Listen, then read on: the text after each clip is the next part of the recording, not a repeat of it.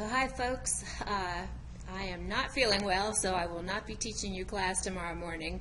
I hope everybody's okay. I'm just in some pain. They blow up your stomach with carbon dioxide gas so that the laparoscopic instruments can get in there, and they spent 4 hours on me yesterday, so I think they filled me with a lot of gas, and so then that gas has to get out somehow, but it causes a lot of pain. And I think that Taylor Downey talked to me about, she had similar surgery, so she knows what it's like. So unfortunately we won't have class tomorrow, but I do have an alternative assignment for you, and I'm going to explain it in this video. So sit tight and I'll explain it hopefully within 5 minutes. Okay, so what we would have done together in class had I been well enough to come to class is that we would have been talking about the history of American public education, and I'd be showing you video clips and kind of stopping every now and then between the different eras of American education and talking to you about it. But I have strong faith. You guys are such a great class so far. I think that you'll be able to do this just dandy on your own. Might miss some of the depth and background that I could give you in class, but I think it'll still be okay between the reading and watching the video clips. So what I'd like you to do, first of all, is right now, or excuse me, by 9:30 tomorrow morning, Thursday morning, I want you to send me your reading responses via email. If, however, it is like a sculpture or a picture of something that you can't send by email, just take a picture of it and send it to me, and I should be able to grade it that way. No need to send me the rubric this time, just the document, and I can grade it actually on my computer. It's preferable that you send it as a Word document and that you save it with your last name and then, you know, like Morrison.docs. Okay, but for this week, what is going to take the place of our in-class time is that on your own you're going to be filling out this chart and answering a couple of questions. And so if you take a look at what you see on your screen right now, you see a chart that I created. So if you will, print it out and put your name on it, or you can keep it open and type into it. I don't care if you do handwritten or typed, it doesn't matter. But I want you to fill out this chart. So for the first era, the colonial era, I don't have any film clips to share with you for that, but you can, from what you read, fill in who was taught in this time period or who was added to be taught in this time period, how were things generally taught in the public schools, like what pedagogy, what style, were they really strict and teacher-centered with corporal punishment, or were they loving and kind and caring and doing lots of field trips and projects and things like that. Then the next question is what is taught, like what subjects were emphasized. Was it underwater basket weaving was a big subject that was emphasized, or was it how to build fires or something like that? You'll see it come out in the readings. And then last but not least, the last column, excuse me, the last row is you listing what philosophy from last week seems to pop up in this time period. As you recall, we talked about perennialism, essentialism, progressivism, social reconstructionism, and existentialism. So you would write in like what philosophies that you saw and explain why. Like you would say, for example, I saw existentialism pop up in this time period because it wasn't compulsory for kids to go to school, so they got to do whatever they wanted. I doubt you're going to see much existentialism, but that was an example. So you're going to, for the colonial era, there is no film clip, so you'll just fill it out with what you read. And then in the New Nation era, I do have some video clip segments for you to read, or excuse me, to view.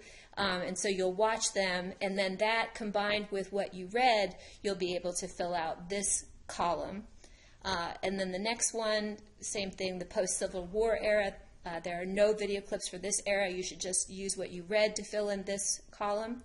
But for the last 4 columns, Progressive Era, Sputnik Era, Civil Rights Era, and Accountability Standards Era, there are video segments for you to watch and fill in the chart. And then I want you to come to some concluding thoughts in the far right column. What overall statements can you say about this row?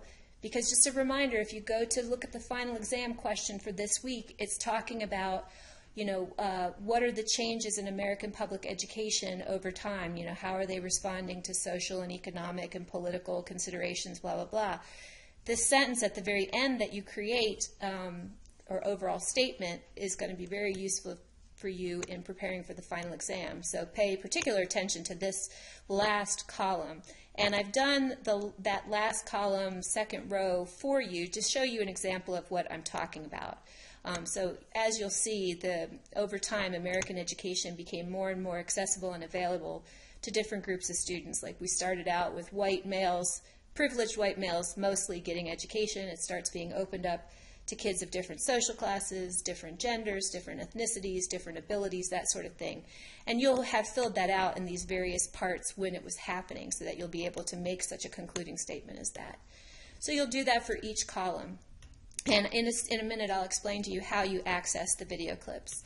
The next thing you'll do after you have read the assignment and watched the video clips and filled out this chart is we don't want to go to waste or want to have go to waste the hard work that our discussion leaders did, but won't unfortunately be able to be in small groups because we won't be meeting in person. But what I would like you to do is I'd like you to take a look at their questions and their preparation and pick one question or opposition in each one of the columns and respond to it in writing. So you'll pick, maybe something. Right now I only have Courtney's assignment received because it's not quite 3 o'clock yet. But she's got discussion questions and opposition points, so you would go through and you would find which was your favorite one of hers and respond to it in writing.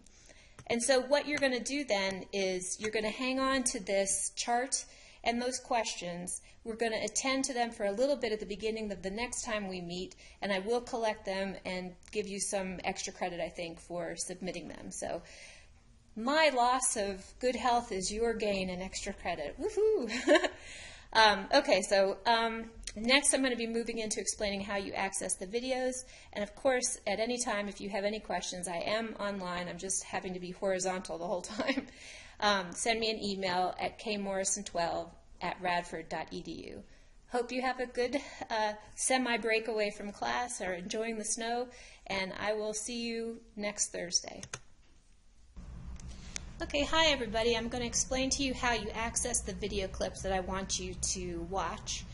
So you start at the Radford University main webpage and scroll down a little bit and click on McConnell Library here at the bottom right-hand side. Or if you have another way to get to the McConnell Library website, that's fine as well. So here we are at the McConnell Library website, and I want to go down here on the left and click on Catalog. And I want to type in Films on Demand. They don't have to be capitalized, it just happened to be capitalized for me. All right, so Films on Demand, electronic resource, digital educational video. So I want to click on that. It's basically a database of all these movies that are available. And then I want to view internet resource. And it might ask you to sign in with your RU credentials, and it might not. So once you get to it, and this is actually a good site too for you to find any other videos on education. You could just type in, education as your topic, but we're looking for a specific film, and you have to type in the exact title, and it's called School: The Story of American Public Education. So you do have to type in that whole title. For some reason, it doesn't want to capture it if I only type in part of it. So it's School: The Story of American Public Education, and then hit search, and you see it's the first document that opens up, so you click on that. And if you were to check this out from the library, it's 4 separate DVDs, and we're going to watch clips from each one of the DVDs, and in just a second I'll explain to you which clips you're going to be watching when. So, but this is how you get to it in the first place, and you'll be able to stream this online. So as you can see, once you get to the series of School: The Story of American Public Education, there are 4 different videos. The first video is called The Common School. The second is As American as Public School. The third is A Struggle for Educational Equality. And the fourth is A Bottom Line in Education. So each one of these videos, I think, is a little over an hour long. So the first video clips that you're going to watch are in the first DVD, The Common School, for the first set of videos. So you click on The Common School, and it should open up. Okay, and then I tell you which segments on the chart I want you to watch. So you look on the chart and you look here. So you're looking for video 1, segments 5, 6, and 7. And so again, you go back to Films on Demand and you scroll down till you find segment 5, 6, and 7. And they lead right into one another, so just so you know. And then for the second video, video 2, which is titled As American as Public School, you are going to be, can't find the right document here. You're going to be looking at video 2, segments 3, 4, and 5 for the column of Progressive Era. And for the Sputnik era, you're going to look at video 2, segments 13 and 14. Then for the Civil Rights era, you're going to go to video 3.